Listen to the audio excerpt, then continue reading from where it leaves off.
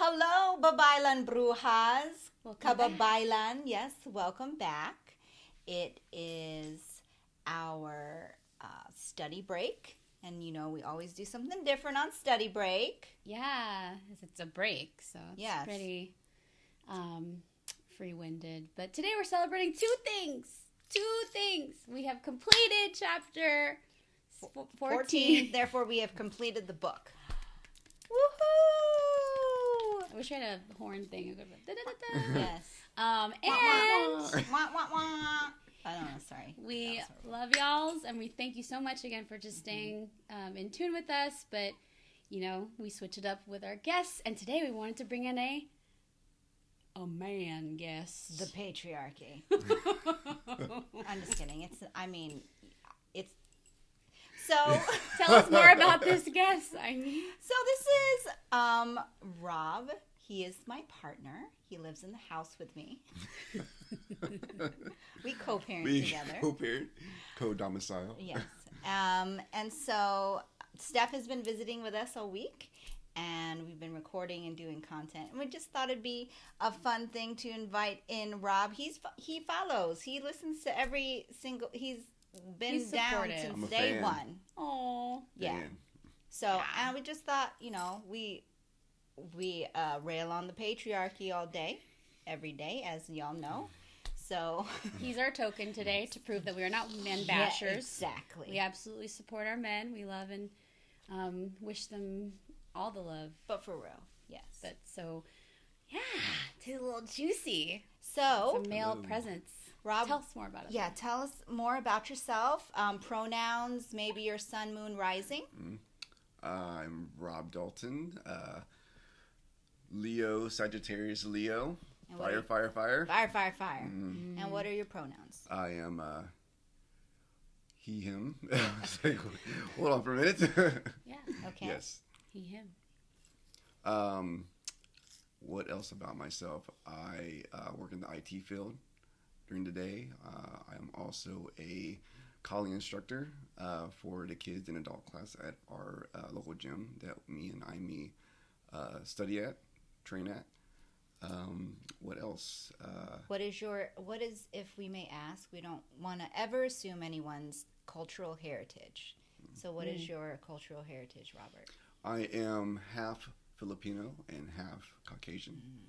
My mom is Filipino from the Visayan region, San Roque in Mindanao, and my dad is from Pennsylvania. Okay. Wonderful. Well, thank you for coming on today. Absolutely. Yeah. Was he born and raised in Pennsylvania? Yes, he was. I wouldn't say raised. He was born in Beaver Falls, Pennsylvania, and I think shortly after his adolescence, he came to Canton, Ohio, where I know most of his side of family is from. So can you speak more on the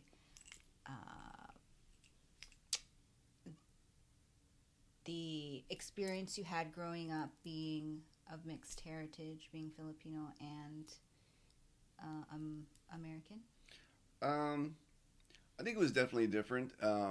Seeing other groups of Asian descent around me, mainly from where I'm from on the west side of Columbus.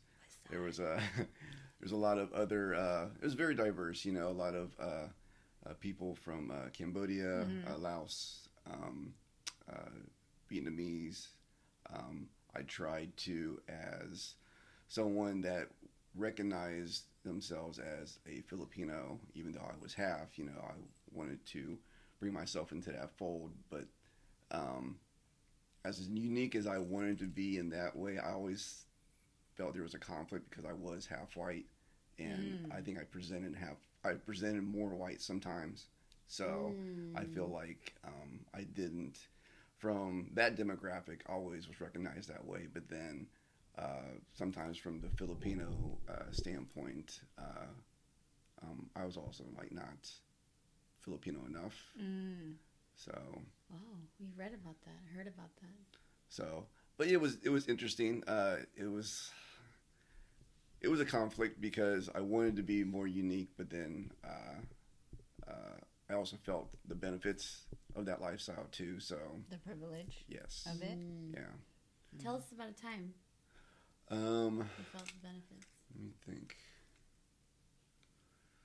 I don't know if anything comes to mind in particular. Like all of Yeah, nothing. Yeah. All of Yeah, life? I mean, really, nothing That's really true. stands out. But I feel like I walk through the world definitely privileged, even though I'm still even recognized probably more Filipino that people kind of see me as. So it's almost token in a way, like a token minority kind of Yeah, standpoint. like yeah. How do you feel about that? How does that make you feel? Maybe before, now, do you think about it? Does it make you feel away? I don't know. I don't know how it makes me feel. It's still a conflict because I know that there are people of color that are out there that are marginalized even more than I'm even aware of. Yeah. And Come on. for me to recognize myself as a person of color, becomes a struggle because I think everyone kind of sees me as this Tan white guy. yeah. So they don't Tan know how white they guy. really as the way I present, no one really knows what I am. Yeah. Honestly. You are ambiguous, racy looking. Yeah. I am. I've Like gotten. you could like play like I've been casted for movies. for like Middle Eastern. Yeah, I was gonna say that. Arabic. Greek. Greek. Yeah. Yeah, Japanese one time. Yeah, one time when I was working downtown at the bank, one of my coworkers or somebody was like, "Hey, I saw you with your Japanese boyfriend." I was like, "Well, first of all, why is it gotta be why can't you just be my boyfriend?" And second of all, I was like, "Japanese Were they boyfriend." white? Yeah, asked it. I was like, "Japanese boyfriend, don't tell my Filipino boyfriend." I was kidding. Get it? But But, so thanks for sharing that, Rob. I mean, that's awesome that you are aware. While biologically or physically or different, physically you had white presenting kind of privilege, and that you're sorting through it right now. Yeah, absolutely. And since we're kind of leading to that, like you've been sorting through it, heard the grapevine, or just kind of talking with both of y'all's that you've been sitting in healing circles. So I'm just curious, as a man, especially nowadays because mental health is so stigmatized with men, and men in general. In general, we say that I know it's blanketed, but there are men out there who are aware of their feelings. But just wondering, like, how healing circles have been for you. Well, no, I mean, just to what you just said, it's like I would say, even as much as just over a year ago, I was a typical guy that really never explored anything in depth as far as feelings go. Things were very surface. Things were very, they are what they are, and there's really no way to change who I am now because of how I was brought up. There was no work being done. It was just whoever I was, that's how I was going to be perceived to everyone, and there's no need to change that because you take it or leave it kind of thing. Where I've found myself recently is just knowing what has brought on those things and actually how it affects me on the daily, how it affects Imee and the kids, and just other people I have in contact with, and really noticing that there was work to be done. So I've went through times of anxiety. I did some therapy sessions. I've I've attended men's circle, for quite a bit of time, and went through a lot of things that I never really thought of for myself. Just becoming more aware of my body, my intuition, things that I should be aware of, or just even taking that self-reflective stance. So, it's been very enlightening just kind of going through that process of knowing who I am and why I think of the things, and the root of some of the trauma that's presented itself in that way. why do you think it was? Why do you feel like it's important to you now versus a year ago? Like, why? How has, you know what I mean? You know what I'm saying? Like, what was that evolution? I mean, you don't have to go into the nitty gritty if you don't want to, but like, what was your why? What was your why for healing and sitting in circle and, you know, going to therapy, etc.? I think it was just really noticing that my anxiety was hitting a tipping point when I didn't even realize like it was an issue. I noticed a lot of behavioral changes where, you know, I was thinking too far ahead, or I was reliving a past that was triggering things that I haven't thought of for like years, and now I was just wondering, you know, why now? Why are these things coming up? And you know, I'm letting these triggers like dictate how I live life forward. It's like it just wasn't a very good place to be. So I'm kind of hearing that you were looking for clarity. Yeah. You were feeling like I'm in like a foggy place. I'm not really necessarily liking how I feel. And so you started getting more introspective. So you kind of just sat with yourself. I think like to that, you know, again, a blanket statement, but I don't know stats, but I wish I could say it sound like more official. You know, like men are 4 times less likely to go to therapy. Or That sounds about right. To be like less reflective because it's just, I don't know, the way boys are. And so I think like what I'm kind of noticing is that you're able to identify that you have the anxiety. And for a lot of men, that's very much part of them stepping into that space. Like, oh, this is anxiety. I speak to that as like, this is where like it's not just men, women also identifying our feelings. Like, what are we feeling? What is this feeling? How do I deal with this feeling?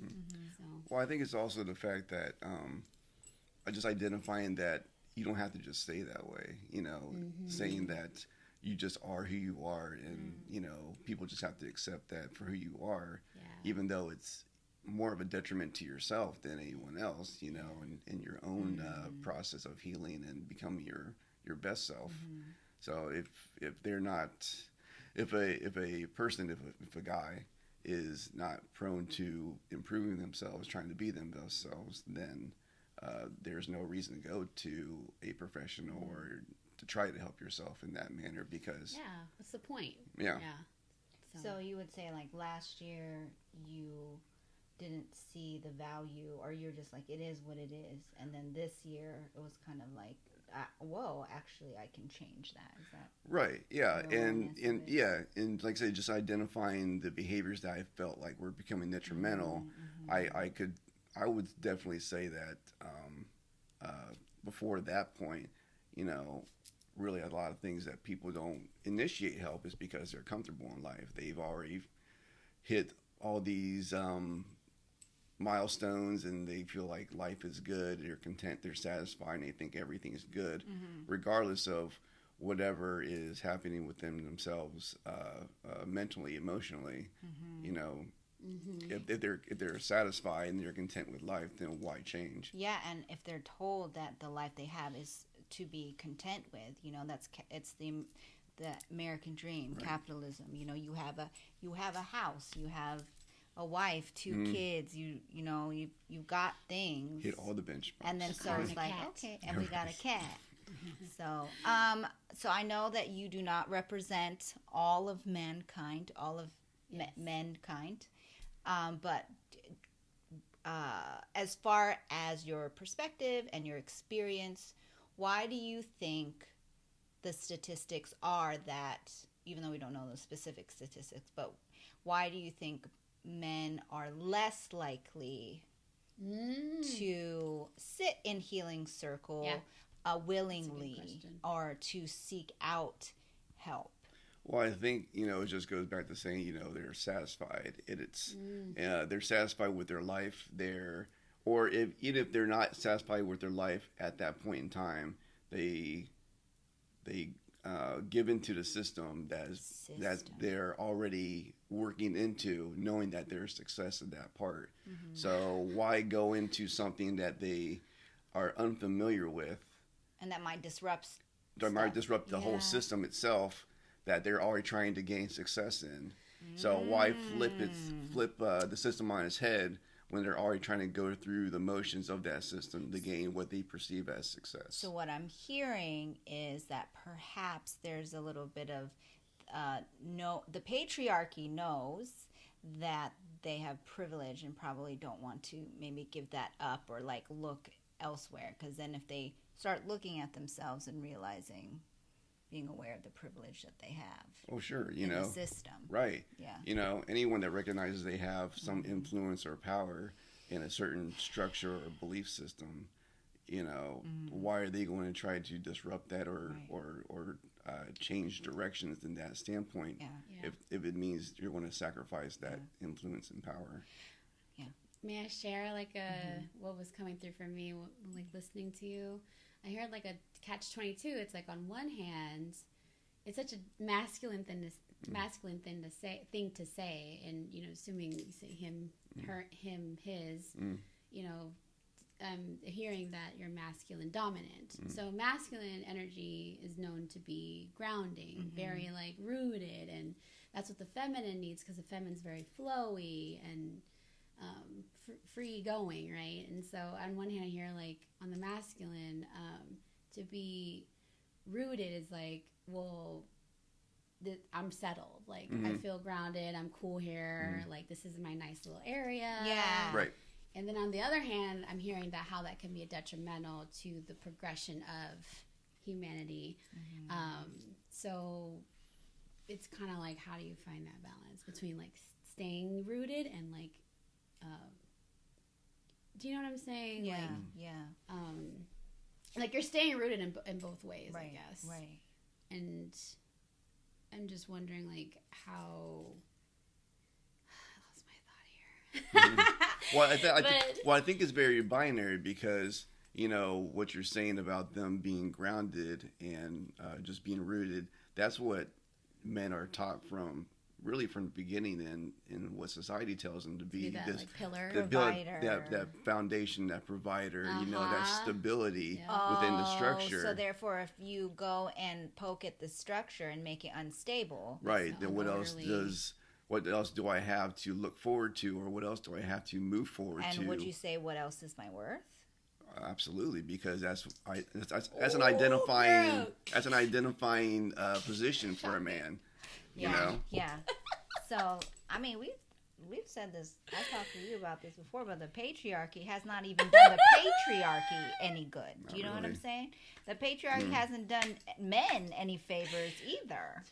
Because she brought the collie sticks, y'all, in because, the word form. Yeah, because it's very, in that standpoint, it's a very sacrificial thing too. It's like, because I guarantee you there are a lot of men out there that do want to do the work or are looking into the work, but they know if they are going away from the system of being the foundation, the provider. And that's scary. It's scary. It's unknown. Like, what's your new role to be? But so then, and knowing that any help you get in that mindset will disrupt what you're doing. That's not going to work well for them in the future. So they have to sacrifice their own mental health to be the foundation. See, the patriarchy has not done the patriarchy. And so there's a difference between patriarchy, what I'm hearing, and divine masculine. Oh, definitely. Because divine masculine is supported, rooted, recognizes he flows with the feminine, and he stays rooted. It's like you move. Yeah. It's not yin So yang. balance. Yeah. Patriarch, we want to smash the patriarchy, but we want the divine masculine to have a place and to take their place, honestly, because there is a place, but circle of life. we're waiting. So thank you, Rob, for sharing all of that. That was great. As my gosh. As we close up, I think we have one more question. Yeah? We have one more question for you. As a man in 2021 of mixed Filipinx descent, what is your take on the term or the idea of babaylan? Do you dig it? Did you ever hear of it before you brought it to my attention, and then you and Steph doing these podcasts and just really opening my my mind to Your what third eye, if you will. my third eye, to what just the different aspects of what Babaylan brings and the indigenous past of what has always been, and then still trying to assure myself of my Filipino ancestry and knowing where that comes from. I'm for it. It really just expands my mind to the point of it is all nature. I mean, spirit's out there. It's something to be encompassed and not a one way only way of belief. So it just really kind of opens me up to there's no right or wrong way. It just is. So here it's activating for you. Yeah, absolutely. I mean, I think I see things more from a wider lens than I did before being under the church, and things that I think I've always thought of before, even while in the church, just kind of expanding and questioning things out there, and knowing that there's truth in a lot of things. There's no definitive absolute way to do things. Yes. Do you feel? What was the question? Do you feel? Are there ways? Okay, so in the podcast we've talked about babaylan-ic or babalan-ish, like not necessarily being like I'm a babaylan, but like, I mean, even in the book they pointed to ways people are babaylan-ic. They're not necessarily saying this person is babaylan or not, right? Yeah. That there's babaylan qualities, tendencies. Qualities, Do you feel like you have any babaylan tendencies or characteristics in your life? And what would one be? Yeah, I don't know. top one. Babaylan qualities. Yeah, so From what you've interpreted so far. Yeah, from what you've interpreted so far. I think, just being in tune and embodied with yourself. I feel like for me, I'm very sensitive to like sounds and vibrations, and something that I've been trying to hone more and just pay attention more to it. I know the few times recently doing sound baths or sound healing sessions, I've had imagery. I'm not sure how to interpret it, but it's definitely something that I've never experienced before, and I don't think if I was still in a narrow mindset, I would more than likely dismiss it as something that wasn't it's like in your head, or it's like it's not something that needs to be interpreted to enhance my life. It would just be an image. Is that a Claire, maybe? Like, he's Claire Auto. Claire. What is the C? Like Claire clairaudient, I think. Clairaudient. Oh, because you're sensitive to the sound. Yes. Well, when you hear very loud sounds, do they like scare you or startle you? Sometimes, I don't know like how jarring it is, but I'm very aware of it. He feels the sound vibrations in his body. That's interesting. Isn't there like a Marvel character that like can hear sound? I mean, dolphins and whales and stuff. Like the sonar, the like vibration. Yeah, and you can detect that via air. Yeah, so I've only met like you and my friend Erin are the only two that I've ever heard people say like, I feel that in my skin. Like when I play the sound bowl, like Erin will say that her skin, her is literally vibrating, and then he said the same thing. It really just like resonates like physically. I feel that during concerts though. Yeah, I think it's like the effect of music.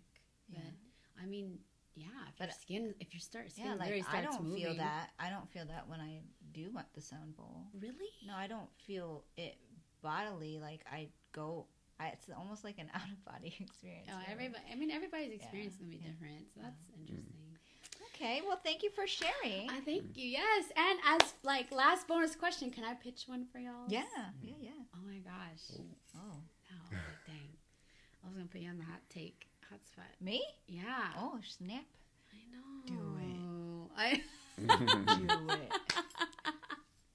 Who's better at Kali? Oh, hands down, Rob. Oh. But who's better at healing? I mean, hands down, Rob. Thank you for being a sport, Rob, and just being absolutely. vulnerable with us. Thanks and, for having me here. Hopefully this reaches someone out there that's similar, and so. My thoughts and opinions do not reflect the Babaylan-Bruja podcast. Thank you. This is a study, Rick. Thank you for joining on the fun. Yeah. And, is there anything, one last thing you want to tell the peoples, Rob, the Babaylan-Brujas, the Kababaylan? Babalan. And again, take or toss what we say. Right. This is all for... Oh, no. Yeah, just thanks for what you guys are doing. I mean, just bringing the education, bringing the knowledge. I'm a her, they. So. I'm not a guy. I'm just kidding. I'm just playing with you, but legit. Thank you. Mm-hmm. Thank you for recognizing that. Yes. Imee and I are definitely experimenting on this path, and it feels in so many ways like spearheading, and I think it's just important to bring these conversations. So thank you for engaging with our conversation today. Thank you.